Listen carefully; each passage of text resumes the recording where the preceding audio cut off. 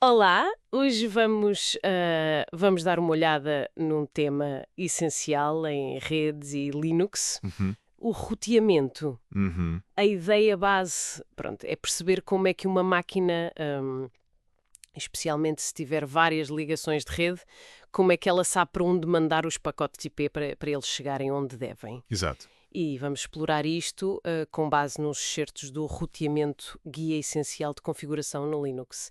Queremos mesmo tentar tornar isto mais claro. Sim, desmistificar um bocado, não é? Exatamente. É fácil pensar nisto, se calhar, num router que temos em casa ou no escritório, certo? Pois. Aquilo tem a ligação à net, as portas para a rede local, às vezes outra ligação diferente. Quando lhe chega um pacote, um datagrama, ele tem que escolher o caminho. Tem que tomar uma decisão, claro. Mas o interessante é que isto não acontece só nos routers. Mesmo um computador normalíssimo precisa de fazer isto, nem que seja só entre, vá lá, a placa de rede e a interface loopback. Sim, a 127.0.0.1 para falar consigo mesmo. Isso. Aquela que a máquina usa para comunicar internamente. Sempre me questionei como é que esta decisão, que parece tão simples, acontece ali por trás. Bem, o centro de tudo isto é a chamada tabela de roteamento. A tabela de roteamento. Funciona como, imagina, um mapa de estradas muito específico que cada computador ou router tem. É basicamente uma lista de regras. Ok? E cada regra diz, no mínimo, para ir para este destino, que pode ser um IP ou uma rede inteira, usa esta interface de rede. Hum. Pronto. E, opcionalmente, também pode dizer qual é o IP do próximo salto, o tal gateway, O gateway. que é outra máquina na rede que vai reencaminhar o pacote. No Linux, podemos ver esta tabela facilmente.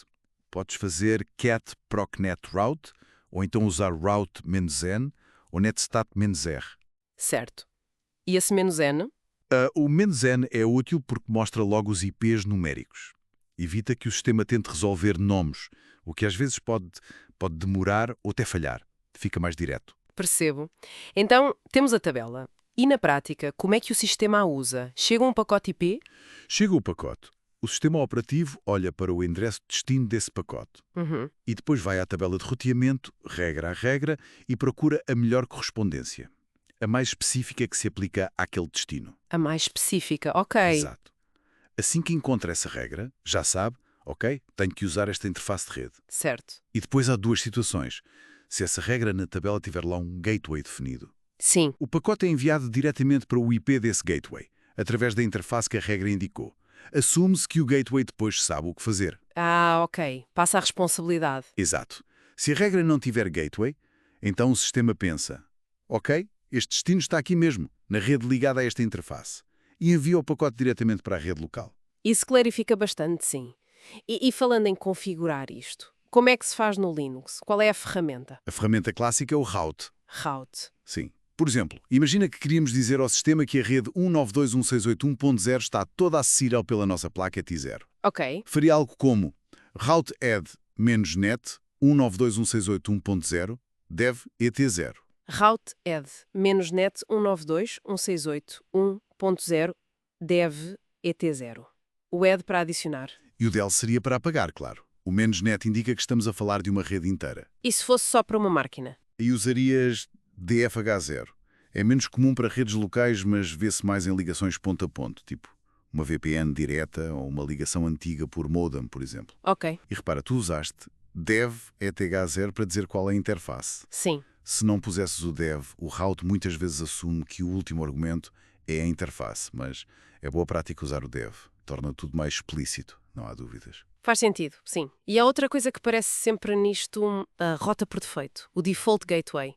O que é que acontece se um pacote for para um destino que não está na tabela? Aí é que entra a rota por defeito. É a regra apanha tudo. Apanha tudo. Gosto disso. É. Se nenhuma outra regra mais específica servir para aquele destino, o sistema usa esta. É a última opção. E configura-se tipicamente assim. Route add default gateway 192.168.1.1 dev ETH0. Default gateway, que nos liga à internet. Exatamente. É quase sempre o router que faz a ponte para outras redes, principalmente a internet.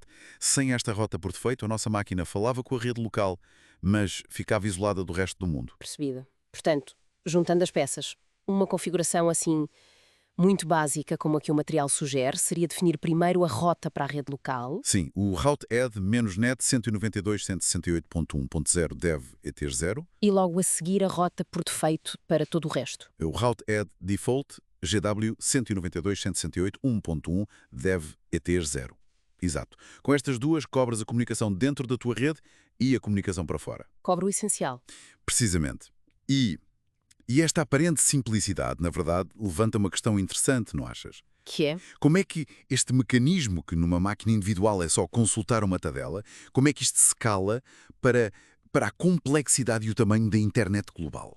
Boa pergunta. Quer dizer, estamos a falar de milhões de redes, rotas que estão sempre a mudar. Que desafios é que surgem quando temos de gerir isto tudo, manter a informação atualizada em todo o lado e, ainda por cima, encontrar os caminhos mais eficientes, quase instantaneamente? É verdade. Dá que pensar.